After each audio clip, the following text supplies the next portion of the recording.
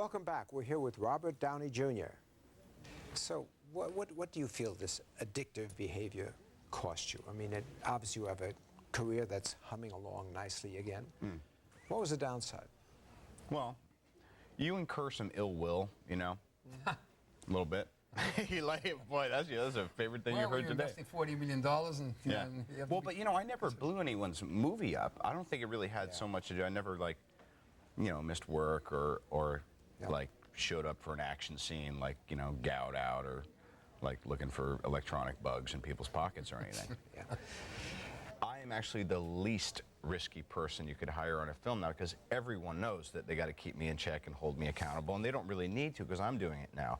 It's like the guy who they don't know is like a closet Percocet addict who's gonna say, I'm just gonna drive my motorcycle to the next location, bro, and that's. You do that well. Thanks. I do that. A lot of practice, right? Well, I did that very well. Yes.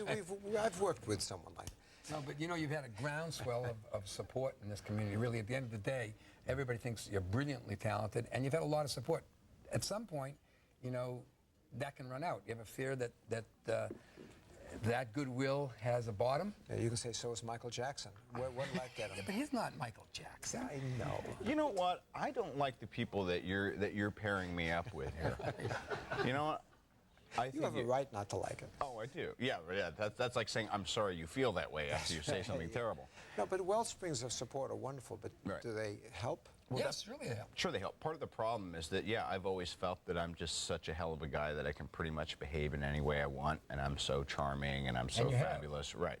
That it's still going to be okay. Yeah, of course it runs out. It's like anything, because you're acting like a child, and sooner or later you're going to get grounded. So that's what led you to doing things behind the camera and out of being acting, so you have filled your days with that interesting activity? I think so, yeah. I mean, it's easy to burn out on anything, Is moving in that direction a way of getting a little more control over your life and about what you can do, so you're not really at the whim of insurance companies and studios that want to have protection? Companies. Sure. Why not? Joel actually worked out the insurance thing on Gothica.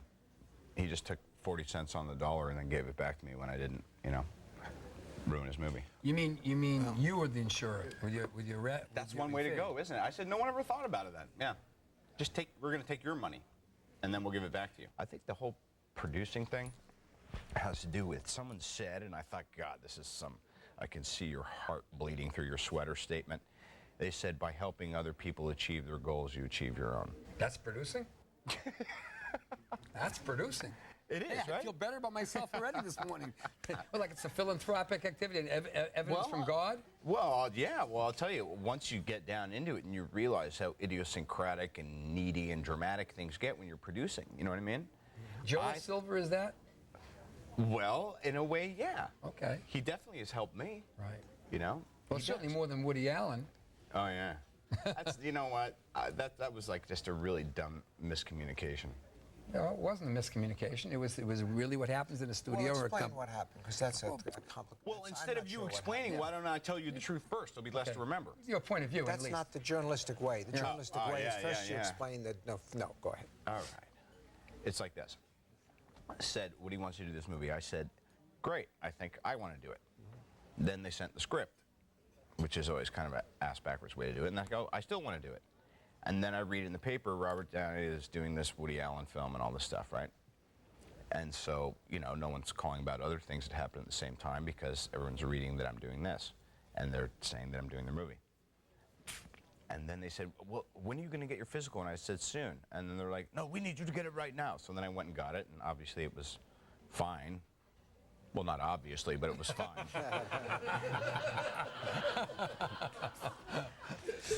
But it angered me a little bit, because it was kind of like I felt like they had put me on their marquee and taken me out of the market and then not done what they're supposed to. If you want to work with me, handle the insurance first. Save your breath until you say, okay, we got this.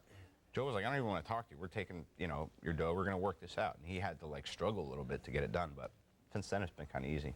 I think that's correct. Your evaluation of what happened is probably correct. But Mel Gibson did it the other way. Mel Gibson was much more of a he just verbally threatened me and then said, we won't bond you. Yeah, that's right. Yeah. Did he invoke the strictures of Jesus Christ our Lord, or just threaten you? No, he didn't need to. He's enough. Nice. He's Yeah. enough, yeah. So this is kudos season. And Huh. have you been around to see the movies that are supposed to be the main contenders? What do you think of the crop this year? I don't like any of them. None of them? Not really, no. In brief, I'll just say this. It seems to me that the films that are the contenders for the Oscar stuff this year were all, in one way or another, prefabricated to have that element in them. Whereas it seemed like, whenever, and I'm not saying, the old days, I'm just saying that the films that organically got that kind of acclaim and attention in the past, it didn't seem as though everyone before it was like rubbing their pot of gold and going, this is our one for this year. And just to be thoroughly honest, I haven't seen half of them, but I'm sure they kind of suck anyway. Whoa, that's a bold statement. You have that problem in Variety, don't you, sometimes? That's the problem with you. Do you still have your acceptance speech if you had won the Oscar for that nomination? Oh, well, you know what? I was wearing like platform shoes and like a velvet tux. I don't really think I had much prepared at all. Sounds really prepared to me. Gone. I had fun. Actually, I can be kind of a sour grapes guy on occasion, I guess, too. I didn't even want to go to the parties after. I was like, that son of a bitch, Al Pacino, he took my Oscar. Yeah. Scent of a woman, hoorah. I was like, God damn it. That was mine. But the truth is, he'd been shafted a couple times himself. He's an amazing actor. Yeah. It was his turn. You think it's about turn and not about the reward for the actual film? Well, I think that year it was about turn. Right. Yeah.